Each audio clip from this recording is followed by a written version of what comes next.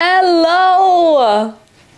If you're new here, hi, my name is Crystal. I go by Plants with Crystal, and today I wanted to bring you along and share my Monstera collection.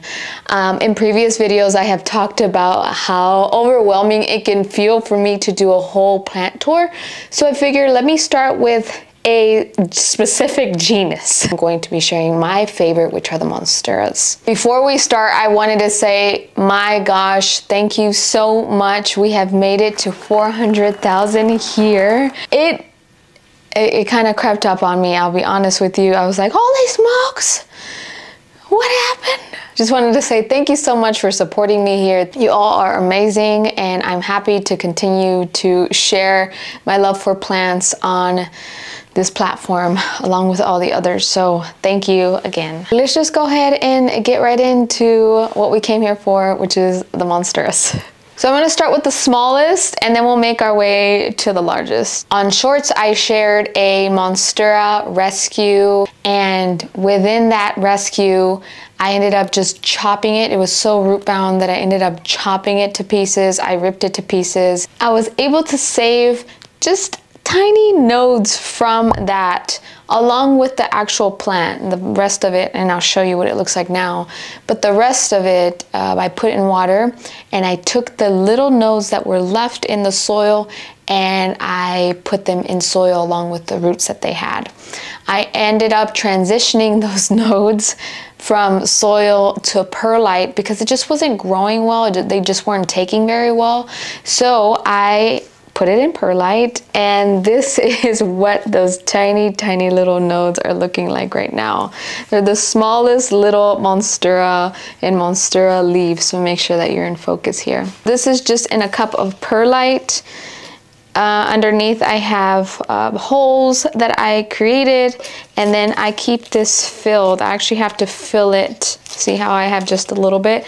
I actually have to fill it so that it comes about halfway. I keep it halfway at all times, but it's nice because I've been able to see the root development in the perlite like this, and it's grown so quickly. It started with these little guys and then one leaf, I believe, and so this is the newest and largest leaf, and you see it's getting bigger.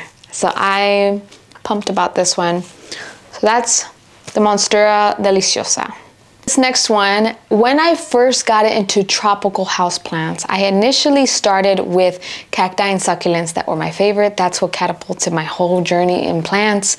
And I remember getting into like wanting to get more cuttings and things. And back in 2020, when I started to do that, I actually splurged on, at that point in time, plants were more expensive, and I splurged on a $30 cutting of this plant during the winter time. That cutting froze in my mailbox, and it turned black. It went through all the things, but I remember being so upset that I, one, killed this plant, and also that I paid $30 for a cutting of this, which, like I said, at that point in time, it felt like such a shock to pay for a cutting. We're selling these plants, and I got it for like $19.99, but this is a Monstera Peru. So the Monstera Peru, they're so fascinating with their almost like scaly dragon looking leaves, and they're just the grooves in them. I've had this one for about 2 years now, and it just started with a couple leaves. It's not the most forgiving plant, I will say that much. Something that's very common is I get the brown tips on here, and it's definitely gonna yell at you and tell you it needs watering. I saw something, I was like, oh, is that a threat? I think we're good. She's a pain in my butt, and I'm probably a pain in hers too. It's okay. This next one is a Monstera siltepecana. This one I had, it was long and beautiful and luscious, and then it got spider mites. So I ended up chopping and removing portions of it. I propagated it, and it's actually downstairs all throughout. I have different propagations going. But once I chopped it, it grew so much on the top. Share how pruning your plants can be very beneficial, and this is an example of how pruning really helped to zhuzh it up. I love the look of these when they grow on a pole or just up a wall or something. Their leaves get so large and they start to also fenestrate. This has just been one, like I said, I've been able to propagate, I've been able to do all the things, and although she had spider mites and it was really bad too, she's recovering. I'm grateful for her. It doesn't look like much, but to me, it means a lot.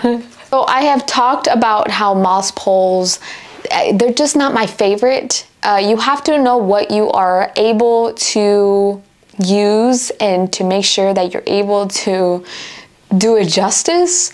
And for me, moss poles, as great as they can be, they are also higher maintenance. And what I mean by higher maintenance is you have to keep them damp in order for them to work well and to have the roots and the aerial roots to intertwine. And so I know for myself, it's just not something that I would do. I know that I would forget.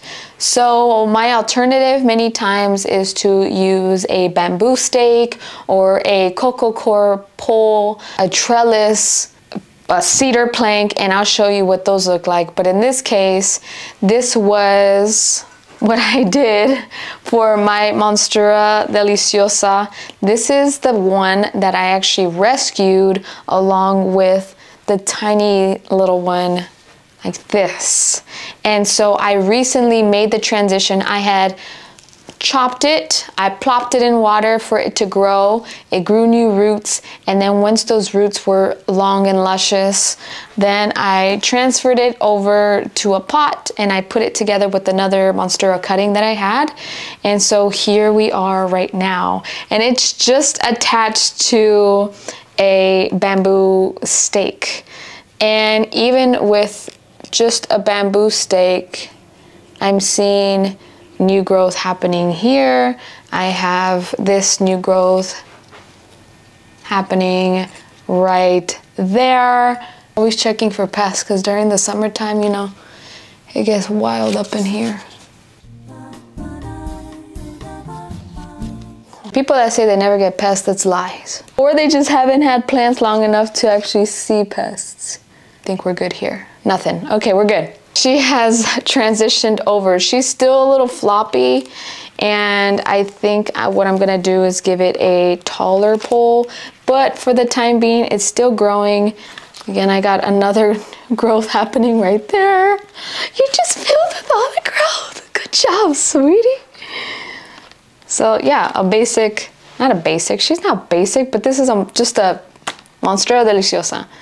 This next one was shipped to me by a friend. She gave me a cutting of Monstera Thai Constellation, and during the transition, it came fine, and the first like 2 weeks, it was not fine.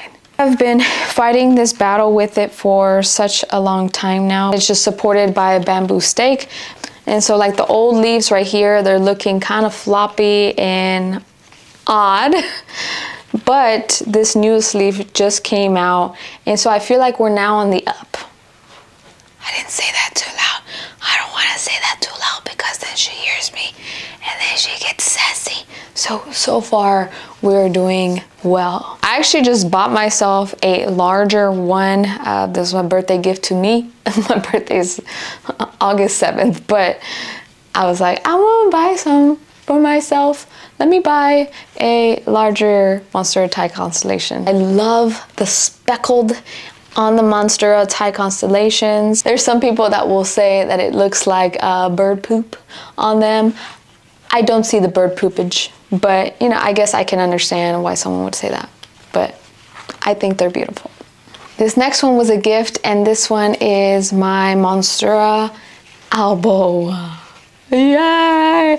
It's not the most variegated albo. It almost looks like a Thai constellation from afar, but I actually prefer to have it like this. It makes me really nervous when it's a high variegated plant because I'm like, I can just smell the crisp from far away, and the browning I've seen on some of the like very, very white variegation on it, it just feel very overwhelming. So I'm glad that this one has a good amount of green, but then just gives me the little white speckles. I had it before right in front of my shelf here, and it wasn't growing, so I knew it needed more light. So I actually now have it under my grow lights here, and it's grown so much more. I've gotten about 4 leaves since I moved it. I think this only had, yeah, I think it only had like 3 leaves, maybe 2. I can't remember, it's been so long now. And here's a new baby happening right now. It's a baby. Right there. You see him? Do you? Ooh, I just saw there's a fenestration happening. So yeah, that is the Monstera albo. Boom, boom, boom, boom. Here are my Monstera deliciosas in water. Yeah, I have a lot of Monstera deliciosas. The whole thing was from a large Monstera that I had from about 2.5 years ago, actually. And it got thrips. And it wasn't just normal thrips. It was the adult and the babies and all the things, and it really tore up my Monstera. That day, I remember being so discouraged that I said, you know what, no, I'm going to chop it, I'm going to wash it, I'm going to do all the things, and I really want to try growing these in water instead, and that's what I did. So I ended up doing that in September. I have been growing these in water ever since. These are growing just in water, so hydroponically, and what I do is I change the water 1 time a week. So every Friday I change their water, and then 1 time a month, so when mortgage is due, I will fertilize them with a liquid fertilizer. So fertilize the 1 month, so it's usually beginning of the month, and then with the next Fridays I just go and rinse out the roots and the container, and that's pretty much it. There's one, and here is the other. I don't ever realize how large it is until I hold it. I'm like, holy smokes, you're wild. There we go. Okay. Taking you to the big mamas. This is my other Monstera deliciosa. This one is in soil, and I thought this was big, okay? I was like, oh my gosh, look how big she's gotten. She's growing so large. I've showed how I repotted her on my own, and I ended up putting her on a trellis. I love the look of it on a trellis. I think it's so easy to just, if you have a wall, just to put a trellis and pop it up on the, like against the wall. Just love the look of this one. As far as care, this window that I'm right in front of, this is a south facing window, and I let it dry out almost completely. It's actually going to even show you a bit when it needs watering. Notice the leaves will start to fold just a bit, then I know it's time to water thoroughly. And this summer it has been giving me so many new leaves. This is this newest leaf, along with this little guy, along with this one. I was like, this is probably going to be one of the biggest Monsteras that I will have in this house, and you know, I'll let it grow large. And then, boom, it's large. It's massive. It's just everything I ever hoped for when it came to having a large Monstera in my home.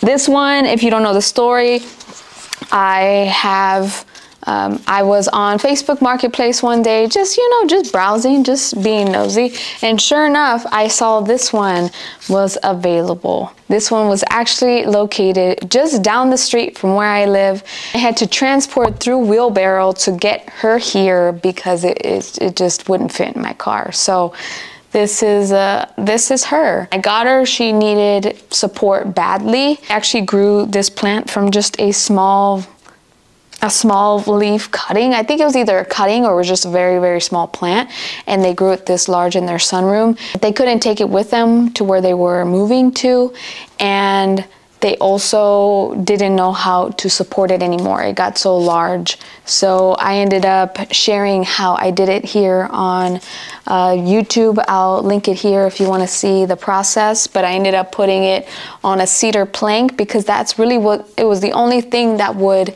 be sturdy enough to support it. So here she is. She recently gave me this massive new leaf. I'm just absolutely in awe of her beauty. Just don't know how I'm going to feel once it gets so tall that I'm gonna have to chop it. I don't want that day to come, but it's almost here. It's close to the ceiling. Do you see that? Yeah, I know. But that is it. Those are my monsteras. I highly recommend if you do not have one. I will say the larger the plant, the more issues you can have, like pests, right? If I get pests on a plant like this, of this size, that's gonna be a lot for me to manage, but it's definitely manageable. But just know that it can be a lot, you know? Bigger leaves is more cleaning of the leaves, more product for it, more water for it, more other things, but I think it's worth it. They're absolutely amazing, stunning plants. Monsteras and cacti, they're my favorite. I hope you enjoyed. If you have any questions, you know what to do. Leave them in the comments down below. I'll do the best that I can to answer your questions. And until next time, I'll see you later. Bye.